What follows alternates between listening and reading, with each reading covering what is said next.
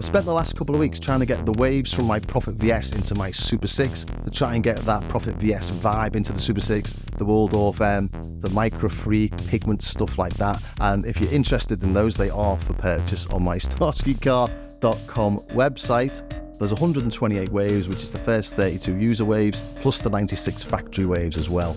And just by sheer coincidence, this popped into the shops while I was doing it. I didn't think these were coming out for a few more months actually, but they appeared in Anderton's in the UK, picked it up for I think it was £93, arrived the next day, and it's a really good time for me to take a look at it because I'm familiar, however crazy that seems, I'm familiar with the wave shapes in the Prophet VS because I spent so much time trying to get them bang on. So I thought I'd stick them both together for you. To kick off, I thought I'd show you what the Prophet VS does, and then you can see why it's slightly different to the Behringer. As we know, it uses digital oscillators. Here's the 128 that are in mine that I put into my Super 6, my Waldorf M, the Microfreak, and Pigments, just having a play around with it. So it's a good time for me to be doing this actually, because I do know some of the waves very well indeed, because I had to go in and resample them in order to get the right vibe and to get them sounding bang on. Things like this one, this Wave 96, for example. You can see the stepping in that, so it looks like an 8-bit sample. And you can hear a little bit of noise in there as well. And that's because the Prophet VS was up against the DX7 at the time, so they had to knock the price down as much as they could. So there's some bits in this that make it a little bit noisy. So it's not a pristine synth by any stretch of the imagination. And actually it calls itself a digital vector synthesizer, trying to keep away from mention analog anywhere, because obviously digital was the future back in the 80s, but it does have an analog filter, as does the Behringer Mini. And looking at a couple of the other waves, again, we can see that sort of stepping in there.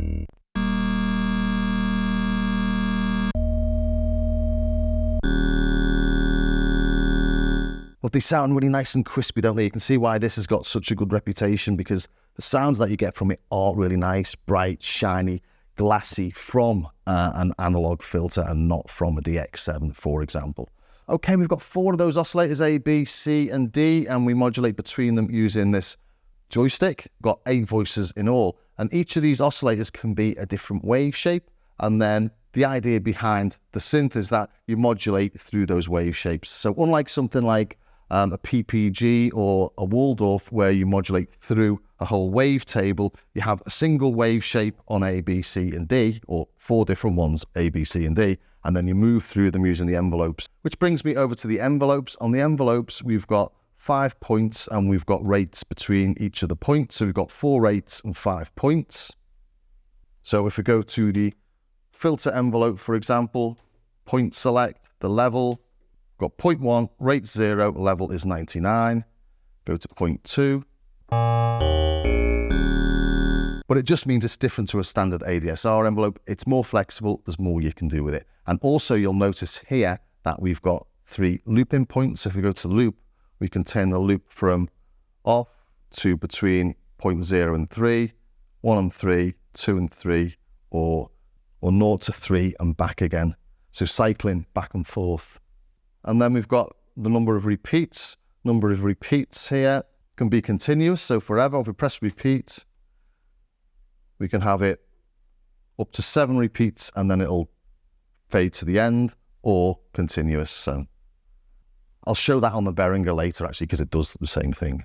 And what's cool here is we go into the mix envelope, and we go into the point select. We can see on each point, well, I've got it set for just the single oscillator at the minute, so A, or single oscillator. A is on 100 and B, C, and D are on 0, but I can just modulate between them. So go to point 1, change that, point 2, change it, point 3, change it, point 4. So as I play through the tone, we've also got unison. Don't get this on the Behringer. Just changing the detune amount. We've got a glide.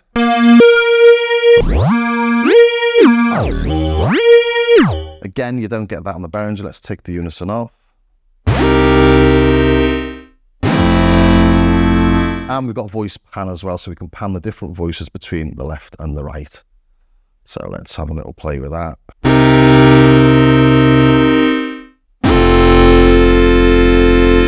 Take that glide off, and then we've got a chorus as well, so really beautiful little chorus this.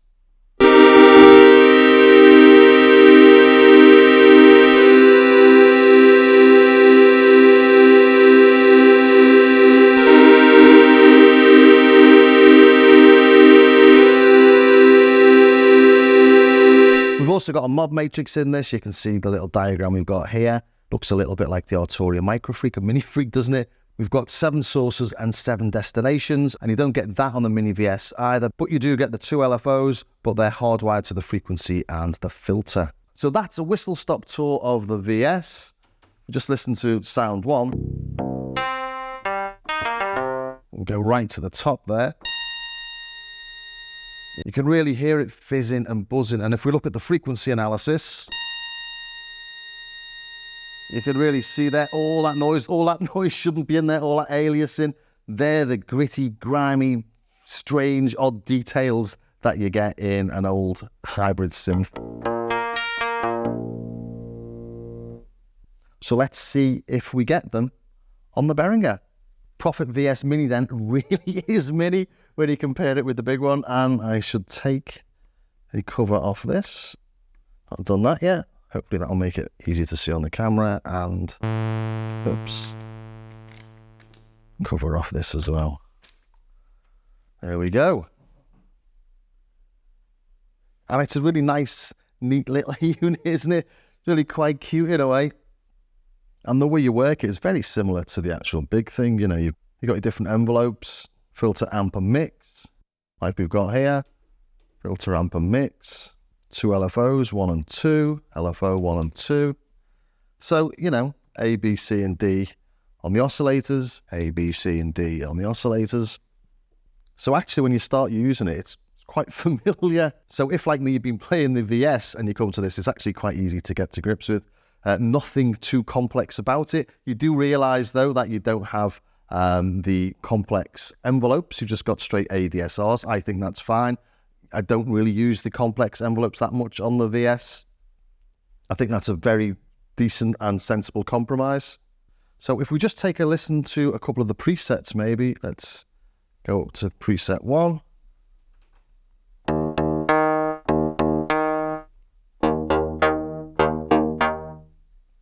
First thing you notice when you start doing this is that it doesn't actually sound like it.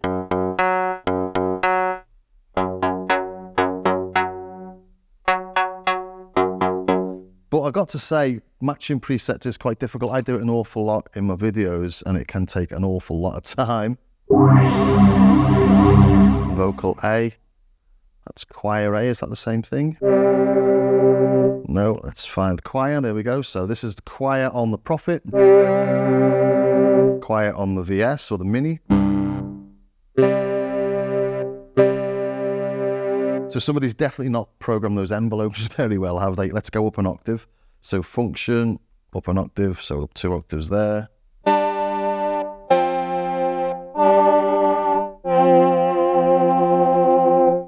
So again, it's not sounding the same. Let's, I don't know, let's add a bit of tack to the amplitude envelope.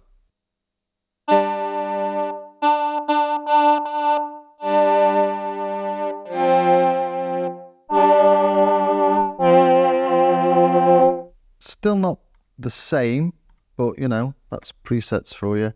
Pack bell B, so O3. So where's pack bell B? Can't find it. Let's see if I can find something that's similar. Steel drum. Steel drum.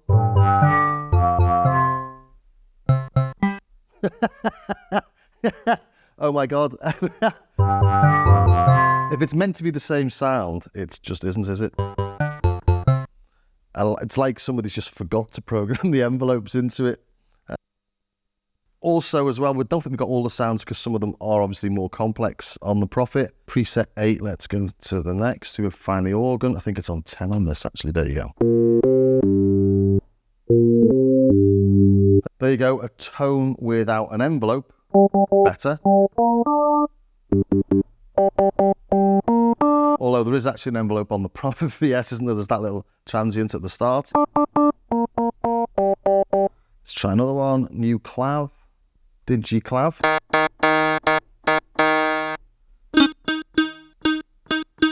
Function. Octave down.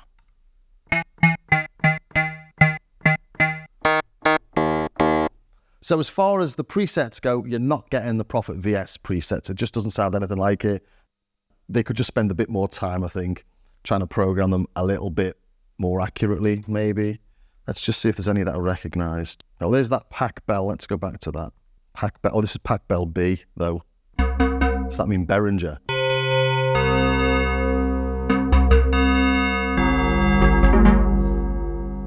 So it does sound a bit duller, doesn't it? And that brought me to my next phase of my experimentation. And that was just, have the presets been programmed just not very accurately, or does it not sound the same on basic things? So I go back to the oscillators as I always do, because it's just a way of finding out what's happening, really.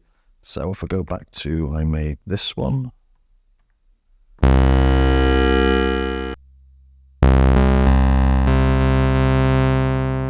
So this is wave 33 on this as well, and that's a sawtooth.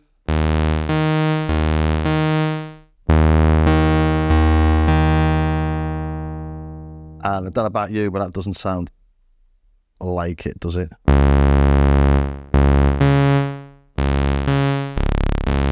Go down an octave again.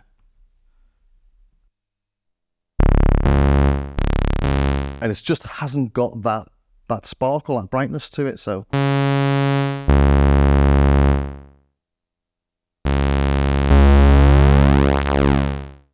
And we can already hear this, but looking at the frequency analysis.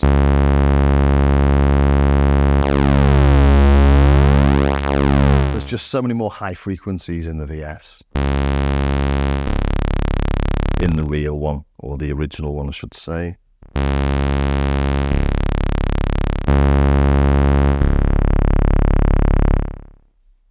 So the conclusion there is that it doesn't sound like a Prophet VS either. Now, why is that? Is it the filter? Does the filter need recalibrating a bit like it did on the Pro 800? Possibly. Possibly needs to be opened up a little bit. One octave.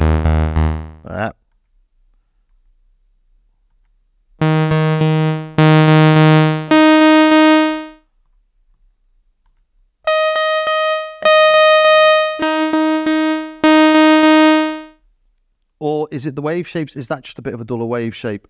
So I showed you number 96 on the Prophet VS at the start, didn't I think? Let's go to 96 again. So this is that really nice sort of little sort of sign with almost like a bell on the top. It's not meant to have that, I don't think, but as you go really low, you get those weird aliasing effects on the digital oscillators. You get them when you go really low, and you get them when you go really high. So let's try that same wave on here. Go up to 96. Do we get more than 96? Yeah, we get the 127 in here. So let's go to 96. And then let's play it a bit higher. Should we go one up again? How do I do that on this? Let's not go one extra then, so let's do this really nice low. Doesn't sound anything like the wave, and I've noticed that on a few of them. They just have a little bit of a buzz to it, and after spending the last week trying to get the waves out of this and put them into other things, I know exactly what's happened there, or I think I do. It's like they've not quite got the sample at exactly the right length, and if you don't get it exactly the right length, you get a little dink in it, and that little dink gives a little buzz. You're not matching the 0 to 0 points. At least that's what I think it is. That's what's happened to me while I've been doing it, and this sounds exactly the same. Let's take a look at, was it number 37 and 8? They looked really sort of quite digital, didn't they? So let's come back to 37 and 8. 38 on the vintage one.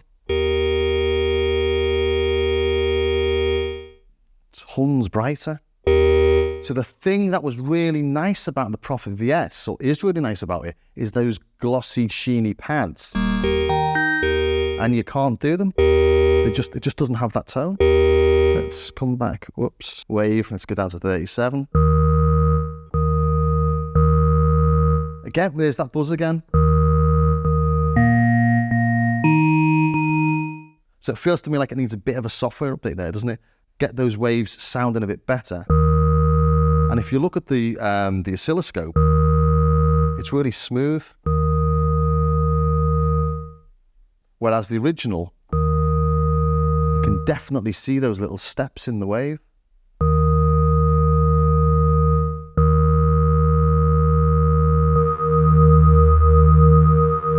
So there's some top end stuff happening on the original that isn't happening on the Behringer.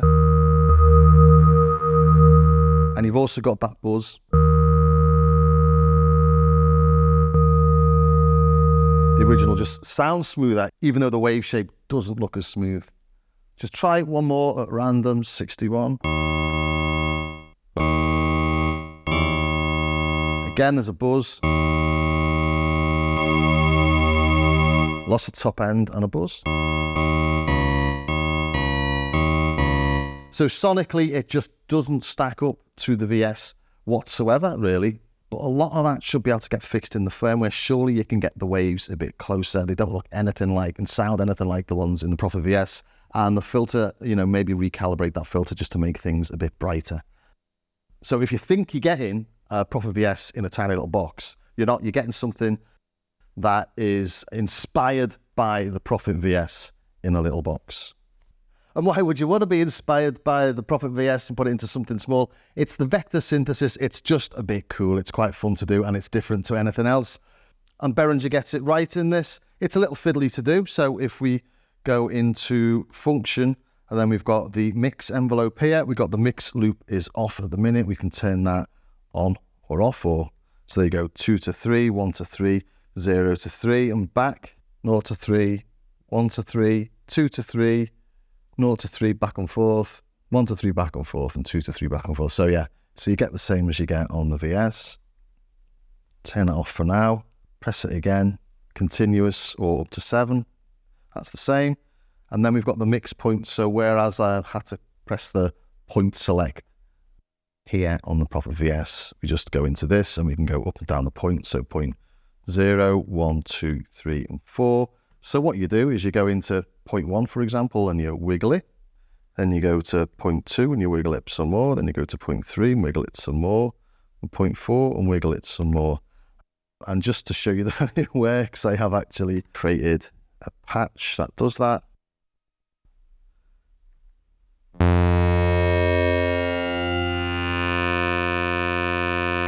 And I think I emulated it on this as well.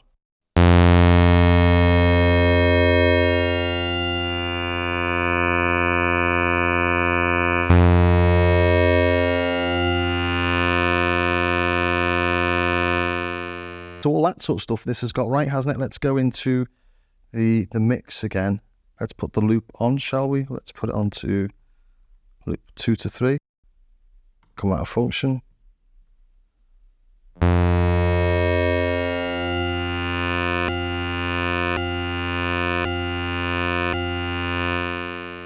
Let's do the same on the big one. We'll go to loop, mix, loop 2 to 3 it was, wasn't it? There we go.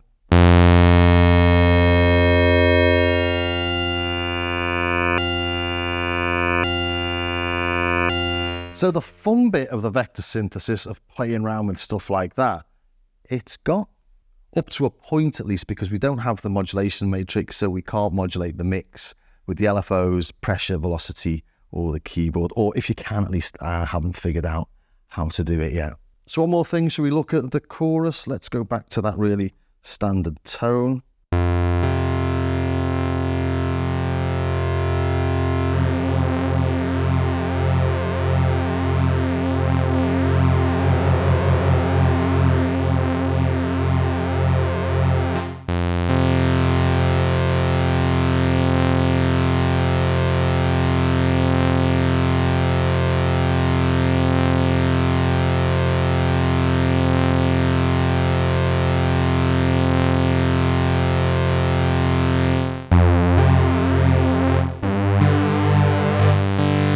really difficult to tell, isn't it, when it doesn't sound the same?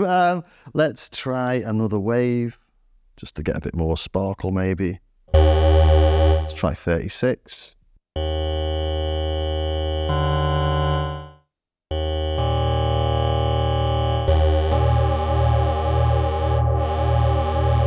Let's go up an octave or two.